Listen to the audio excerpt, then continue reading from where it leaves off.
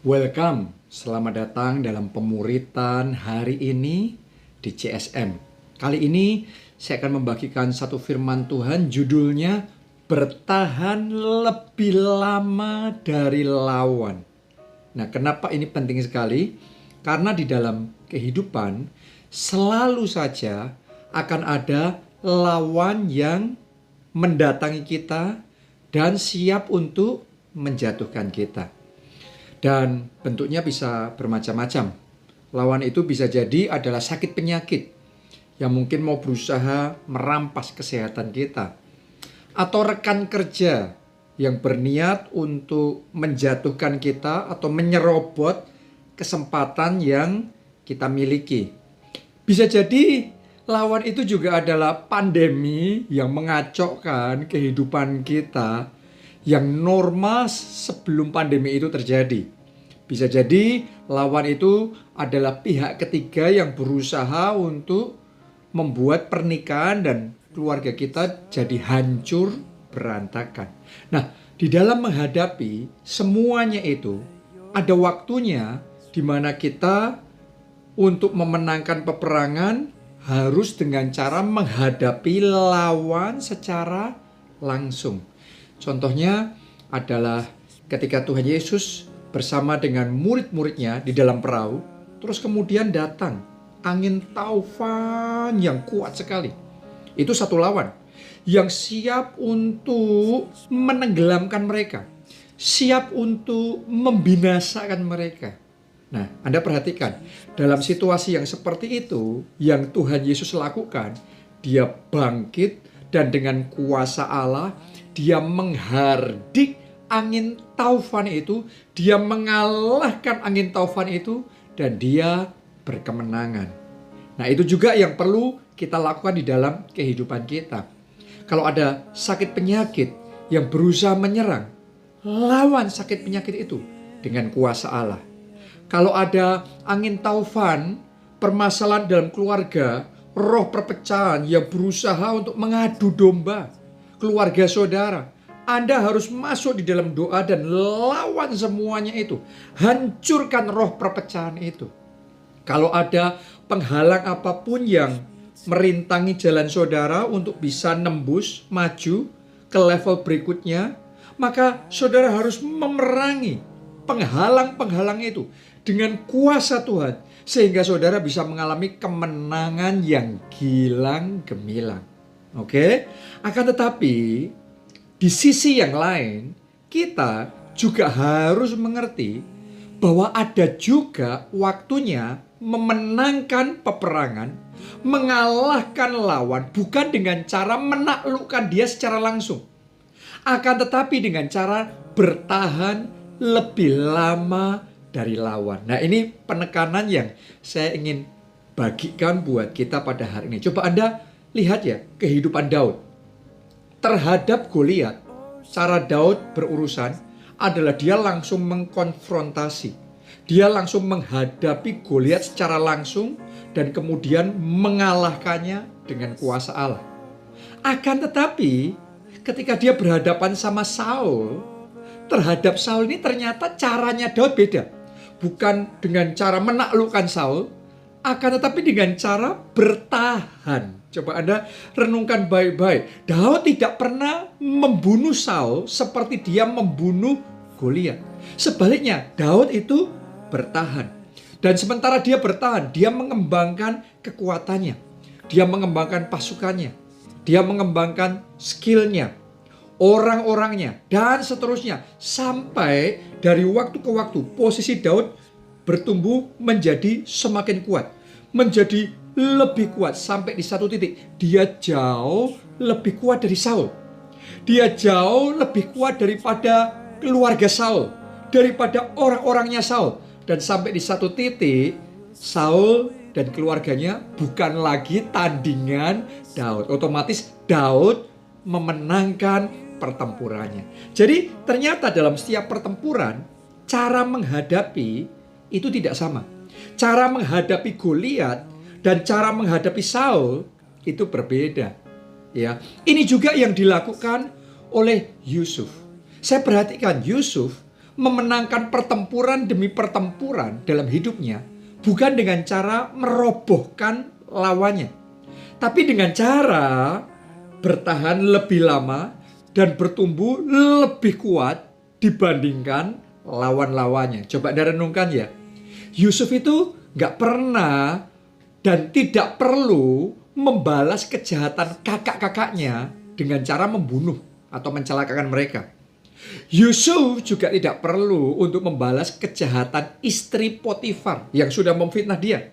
Dan tentunya Potifar yang menjebloskan dia ke dalam penjara. Yang dilakukan Yusuf adalah dia survive, dia bertahan melalui semua kesulitan hidup yang dia alami.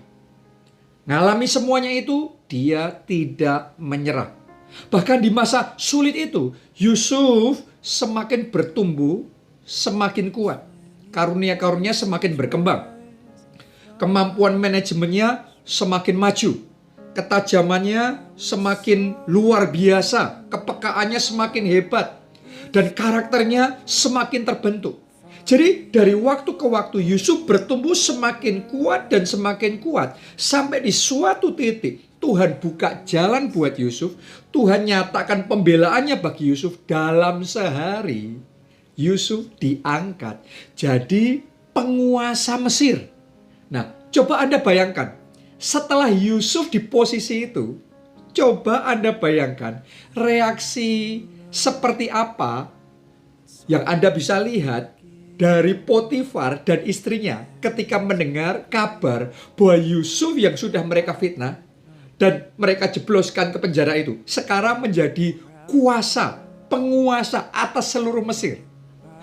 Kalau nggak mereka melarikan diri dari Mesir, maka mau nggak mau mereka harus datang dan memohon ampun dengan sangat sama Yusuf supaya tidak celaka, supaya bisa membeli gandum, supaya bisa untuk hidup, supaya bisa tetap berbisnis di Mesir. Jadi dengan kata lain, tanpa bertempur pun Yusuf menang. Kenapa? Karena Yusuf outlasting his enemies. Yusuf bisa bertahan lebih lama dari musuh-musuhnya. Dia bertumbuh lebih kuat dari musuh-musuhnya. Dengan cara itu Yusuf menang di dalam peperangan hidupnya. Demikian pula terhadap kakak-kakaknya. Yusuf tidak mencelakakan mereka. Ya, tetapi yang Yusuf lakukan setelah dia jadi Perdana Menteri, ini kelasnya sudah sangat berbeda. Dulu waktu Yusuf masih kecil, waktu Yusuf masih jadi adik di rumah kakak-kakaknya, ya, kakak-kakaknya ini melihat itu sebagai satu kesempatan untuk mencelakai Yusuf. Tapi sekarang Yusuf sudah menjadi penguasa. Jadi mereka mau nggak mau, mereka suka nggak suka, mereka harus membaik-baikin Yusuf. Mereka harus datang memohon ampun dengan sangat kepada Yusuf. Karena Yusuf punya kuasa menentukan mereka hidup apa mati. Mereka makan apa tidak.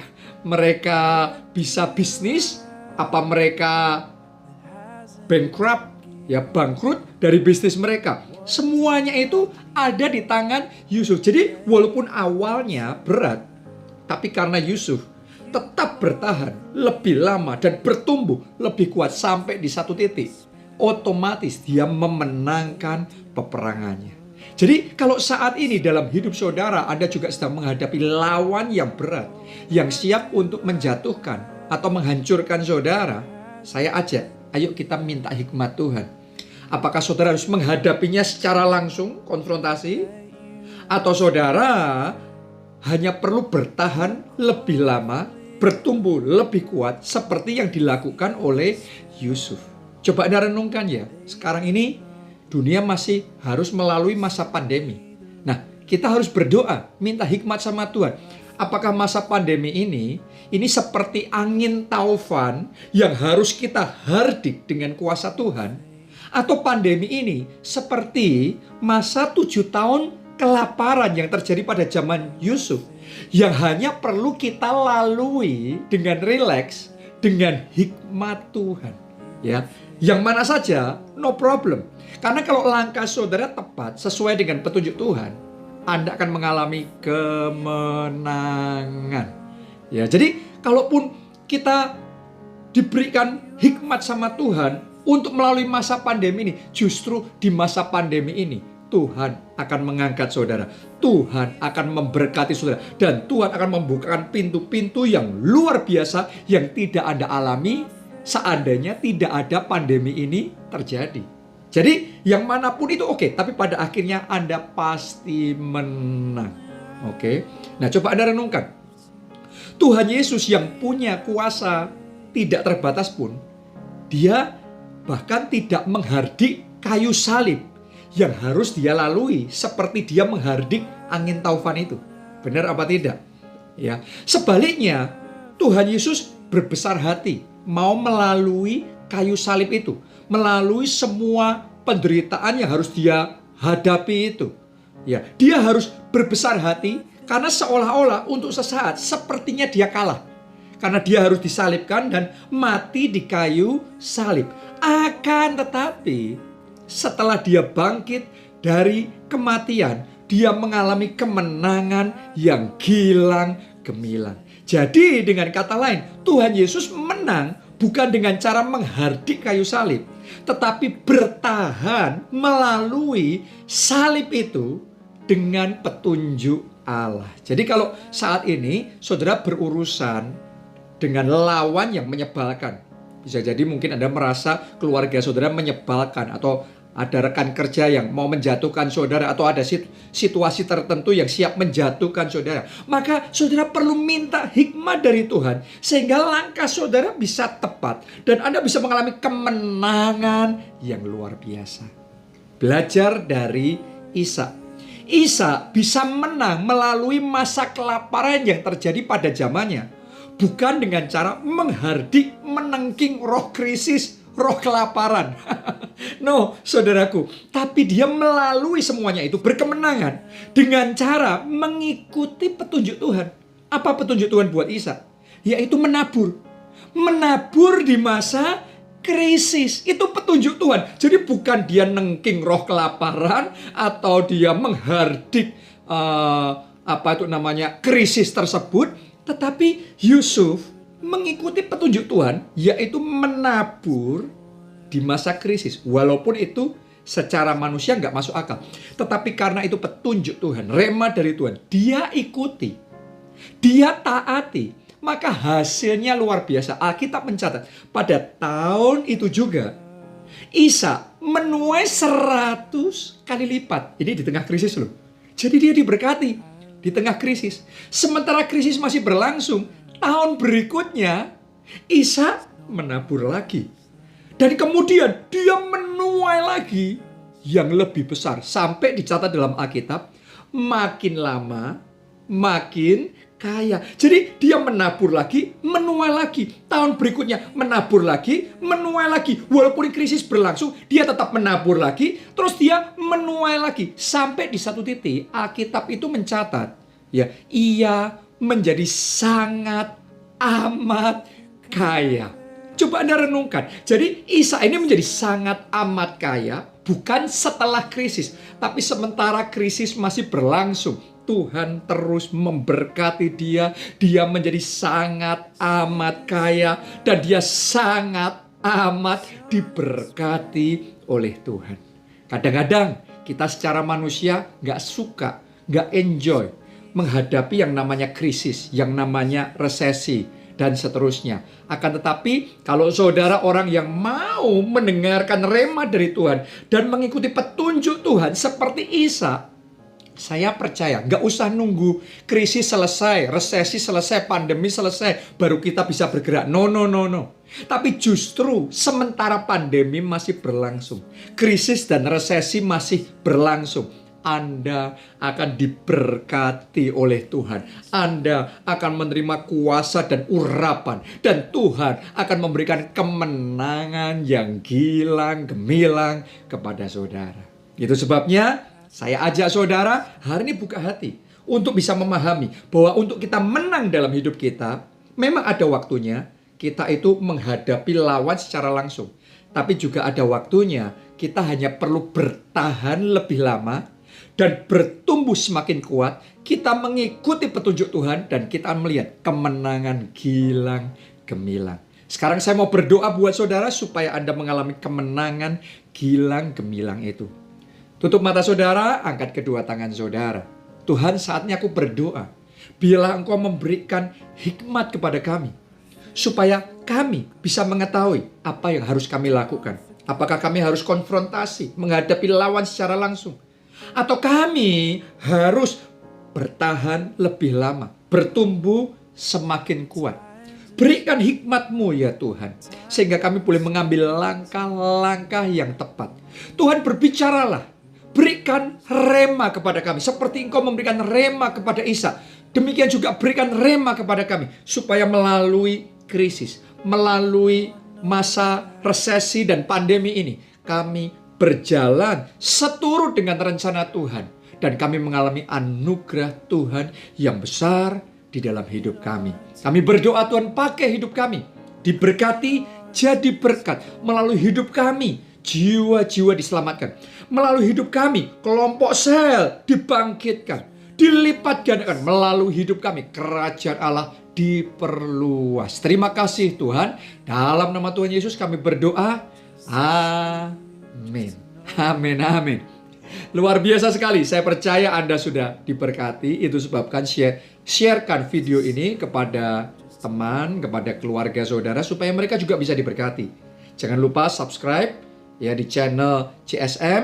Dan saya yakin hari demi hari Tuhan menambahkan anugerahnya dalam hidup kita. Salam keluarga Allah.